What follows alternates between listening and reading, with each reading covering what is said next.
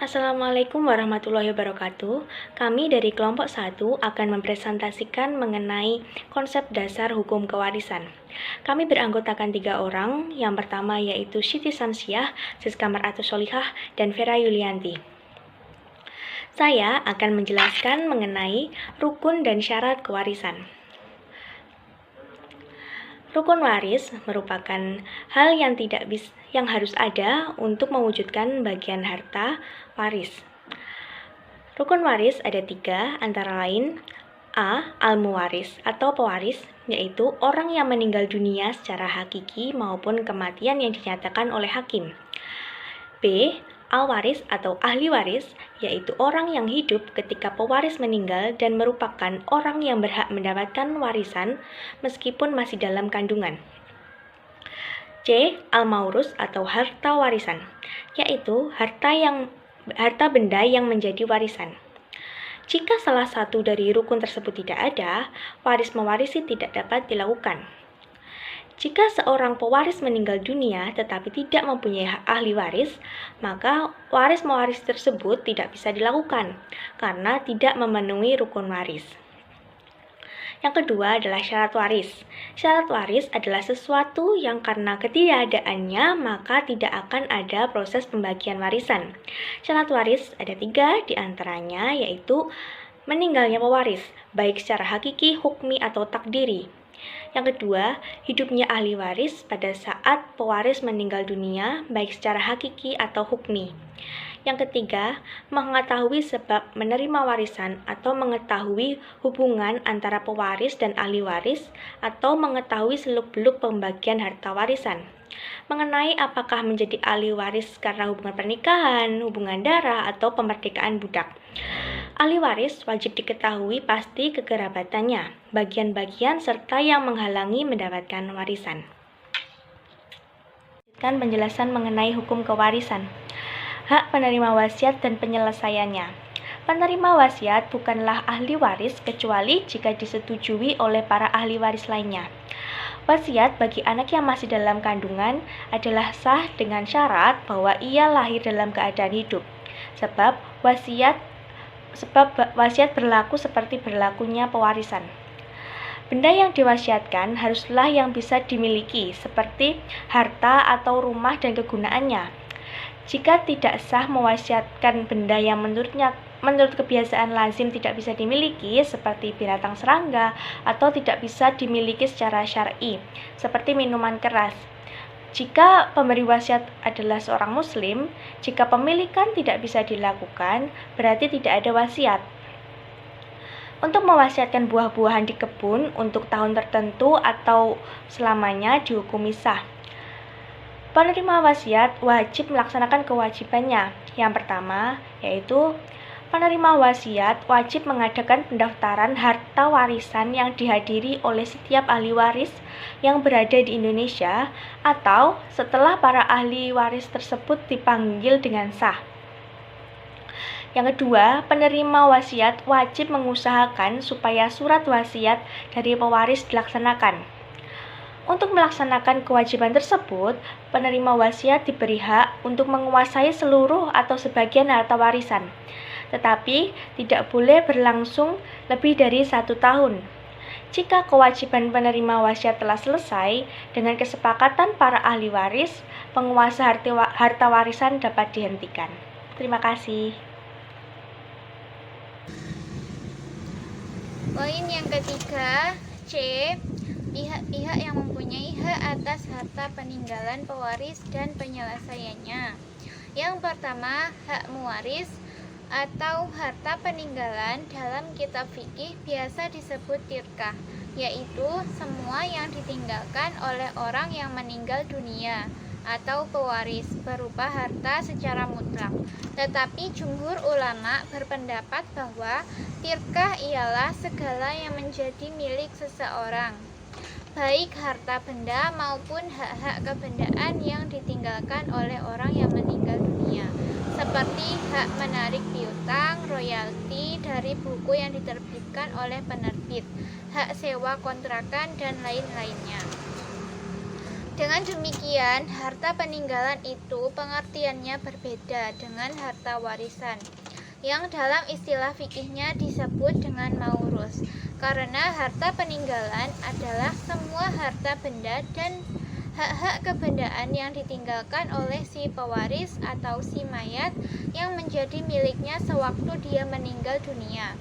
Sedangkan harta warisan adalah harta peninggalan setelah dikurangi kewajiban-kewajiban yang berhubungan dengan harta peninggalan tersebut, yaitu biaya penyelenggaraan jenazahnya, biaya pembayar hutang-hutangnya, dan biaya pembayar wasiatnya. Di Indonesia, struktur masyarakatnya berbeda dengan masyarakat Arab, di mana kitab-kitab fikih disusun berdasarkan ijtihad ulama pada waktu menyusunnya dengan memahami kandungan syariat. Tentu saja memungkinkan adanya perbedaan dalam menentukan harta peninggalan atau tirkah tersebut.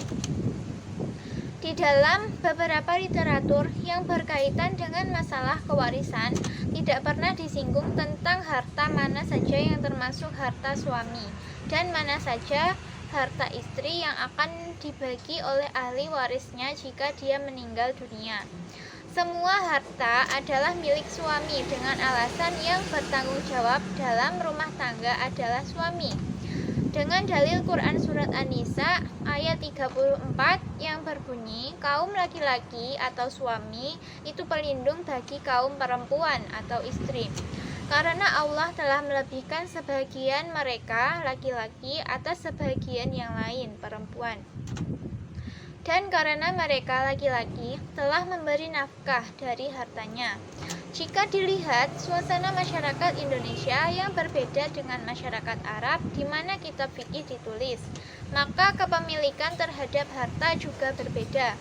Karena Undang-Undang Nomor 1 Tahun 1974 tentang perkawinan mengatur harta kekayaan dalam perkawinan pada bab 7 dalam judul harta benda dalam perkawinan, bahwa harta benda yang diperoleh selama perkawinan menjadi harta bersama, dan bahwa harta bawaan dari masing-masing suami dan istri dan harta benda yang diperoleh masing-masing sebagai hadiah atau warisan adalah di bawah penguasaan masing-masing sepanjang para pihak tidak menentukan yang lain. Oleh sebab itu, ada beberapa ulama Indonesia yang menentukan bahwa harta yang diperoleh dari hasil pencarian selama perkawinan merupakan milik bersama yang masing-masing mempunyai bagian. Kelompok ahli waris berdasarkan kadar perolehan harta. Ahli waris kelompok Daw al-Furud adalah ahli waris yang berhak mendapat bagian-bagian yang sudah ditentukan, atau al-furud al-muqaddarah. Bagian-bagian yang sudah ditentukan tersebut ada 6 macam, yaitu A. Bagian setengah atau al-nisf, B. Bagian sepertiga al-thuluth, C. Bagian seperempat atau al-rub'u, D. Bagian seperenam atau al-sudus, E. Bagian seperdelapan atau lumun, F. Bagian 2/3 atau sulusaini. Para ahli waris yang menerima salah satu bagian yang sudah ditentukan di atas disebut sebagai asbab al-furud atau sering juga diistilahkan Daw al-Furud, yang bermakna ahli waris menerima bagian-bagian tertentu. Posisi ahli waris kelompok ini rata-rata ditempati oleh kalangan ahli waris perempuan, meskipun juga sebagian ada yang laki-laki. Hal ini mencerminkan besarnya perhatian Islam terhadap kaum perempuan, terutama untuk melindungi hak-haknya dalam menerima harta waris agar lebih sistematis mengenai siapa saja ahli waris yang termasuk kelompok Daw al-Furud. Akan diperinci semuanya sesuai dengan bagian-bagian yang sudah ditentukan, yaitu A. Para ahli waris penerima bagian setengah. Para ahli waris penerima bagian setengah ada 5 orang, yaitu Yang pertama, anak perempuan jika seorang. Yang kedua, cucu perempuan garis laki-laki jika seorang dan tidak bersama anak perempuan. Yang ketiga, suami jika tidak ada anak. Yang keempat, saudara perempuan sekandung jika seorang. Yang kelima, saudara perempuan sebapak jika seorang. B. Para ahli waris penerima bagian sepertiga. Para ahli waris penerima bagian sepertiga ada 3 orang. Mereka adalah yang pertama, ibu jika pewaris tidak punya anak atau cucu, tidak bersama 2 atau lebih saudara laki-laki atau perempuan. Yang kedua, saudara-saudara seibu laki-laki atau kedua-duanya, musyarakah. Yang ketiga, kakek jika bersama seorang saudara atau lebih, muqasamah. C. Para ahli waris penerima bagian seperempat. Para ahli waris bagian penerima seperempat ada 2 orang. Mereka adalah yang pertama, suami jika ada anak. Yang kedua, istri jika tidak ada anak atau cucu. D. Para ahli waris penerima bagian seperenam. Para ahli waris penerima bagian seperenam ada 7 orang. Ahli waris mereka adalah yang pertama, bapak jika ada anak atau cucu garis laki-laki. Yang kedua, kakek jika ada anak atau cucu garis laki-laki. Yang ketiga, ibu jika ada anak atau 2 saudara laki-laki atau perempuan atau lebih. Yang keempat, nenek garis ibu. Yang kelima, nenek garis bapak. Yang keenam, cucu perempuan jika bersama anak perempuan. Yang ketujuh, saudara perempuan sebapak jika bersama saudara perempuan sekandung. E. Para ahli waris penerima bagian seperdelapan. Sedangkan ahli waris penerima bagian seperdelapan ada seorang ahli waris saja, yaitu istri yang ditinggal mati oleh suaminya dan meninggalkan anak atau cucu dan seterusnya ke bawah. Bagian seperdelapan untuk istri tersebut berlaku bagi seorang istri atau beberapa istri, mulai 2 sampai 4 istri.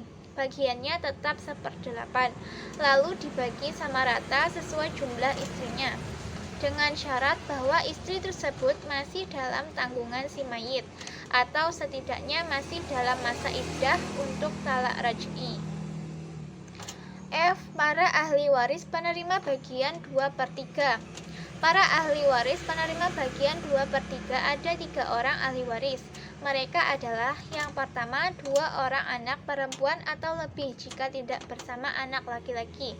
Yang kedua, 2 orang atau lebih cucu perempuan garis laki-laki jika tidak bersama dengan cucu laki-laki garis laki-laki. Yang ketiga, 2 saudara perempuan sebapak atau lebih jika tidak bersama saudara laki-laki sebapak. Kemudian yang kedua, hak kreditur. Peralihan hak atas tanah adalah perpindahan hak atas tanah dari pemegang hak yang lama kepada pemegang hak yang baru. Ada 2 macam peralihan hak atas tanah, yaitu karena beralih dan karena dialihkan. Beralihnya hak atas tanah tanpa adanya perbuatan hukum yang dilakukan oleh pemiliknya, seperti contoh pewarisan hak atas tanah. Sedangkan dialihkan adalah perpindahan hak atas tanah melalui perbuatan hukum yang dilakukan oleh si pemilik hak atas tanah, seperti contoh jual beli tanah. Peralihan hak atas tanah karena warisan biasanya didahului dengan membuat surat keterangan hak mewaris. Surat keterangan mewaris dibuat oleh notaris sebagai pejabat yang berwenang. Hambatan yang dihadapi oleh ahli waris terhadap pewarisan hak atas tanah yang dibebankan hak tanggungan ini, yaitu waktu yang dibutuhkan untuk membuat surat keterangan mewaris cukup lama, dan juga biaya yang dikeluarkan untuk membuat surat keterangan mewaris itu. Hak tanggungan adalah suatu bentuk jaminan pelunasan hutang dengan hak mendahului dengan objek jaminan berupa hak-hak atas tanah yang diatur dalam Undang-Undang Pokok Agraria.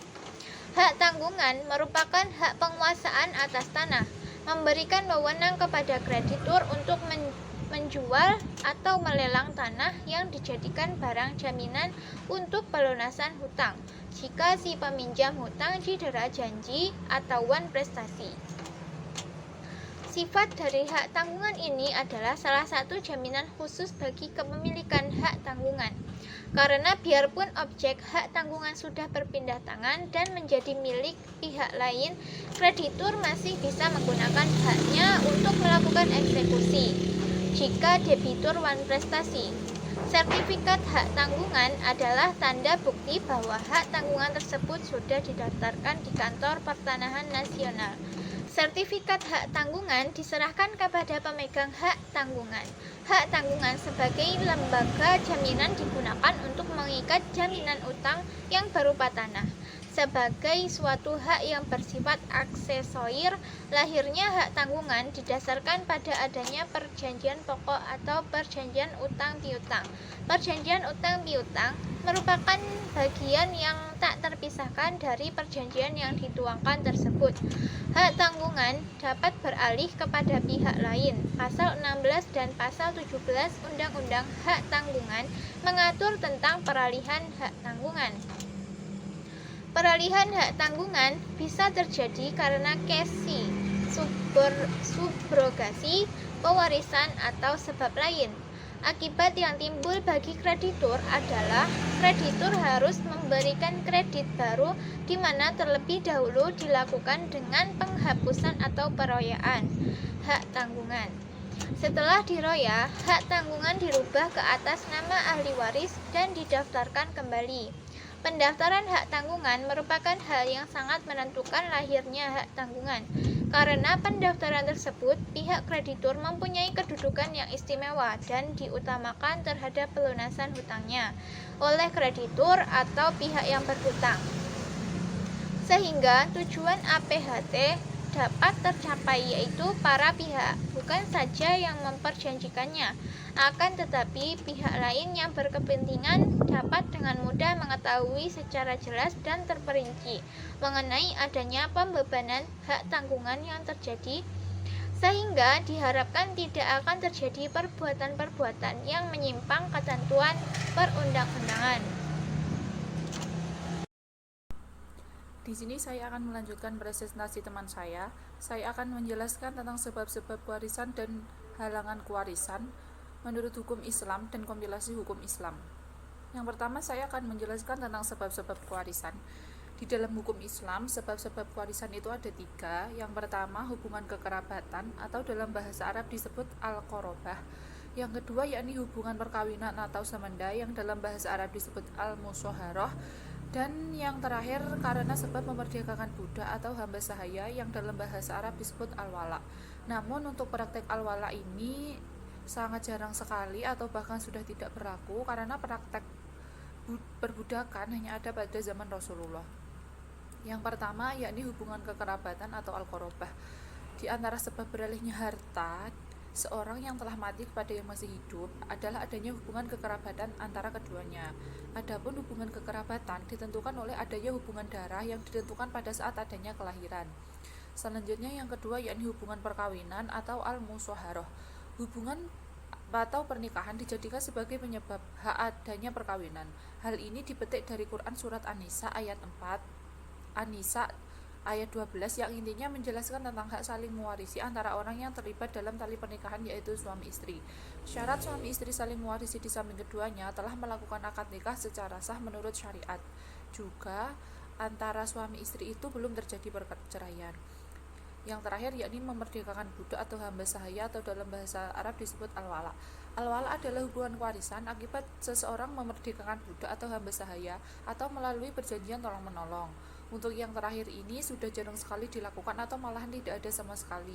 Adapun wala al-ataqah atau usubah sababiyah, dan yang kedua disebut dengan wala al-muwalah, yaitu wala yang timbul akibat kesediaan orang untuk tolong-menolong dengan yang lain melalui suatu perjanjian perwalian. Adapun bagian orang yang memerdekakan budak atau hamba sahaya adalah 1/6 dari harta peninggalan. Selanjutnya saya akan menjelaskan tentang halangan kewarisan. Halangan mewarisi yang disepakati fuqaha itu ada 3 macam. Yang pertama perbudakan, yang kedua berbeda agama, dan yang terakhir pembunuhan. Perbudakan menjadi halangan mewarisi bukan disebabkan karena status kemanusiaannya, akan tetapi semata-mata karena status formalnya sebagai hamba sahaya. Mayoritas ulama sepakat bahwa seorang budak terhalang untuk menerima warisan karena ia dianggap tidak cakap melakukan perbuatan hukum. Sebagaimana firman Allah dalam surat An-Nahl ayat 75 yang dijadikan petunjuk umum dan suatu nas yang sharih yang menafikan kecakapan bertindak seorang hamba sahaya dalam segala bidang. Selanjutnya, yang penghalang yang kedua adalah perbedaan agama.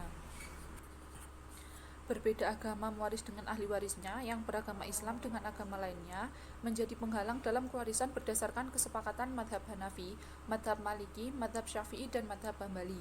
Seorang muslim tidak bisa mewarisi harta dari seorang yang kafir atau sebaliknya, walaupun ada hubungan kekerabatan atau perkawinan, sebagaimana dijelaskan dalam surat An-Nisa ayat 141. Selanjutnya, penghalang kewarisan yang terakhir adalah pembunuhan.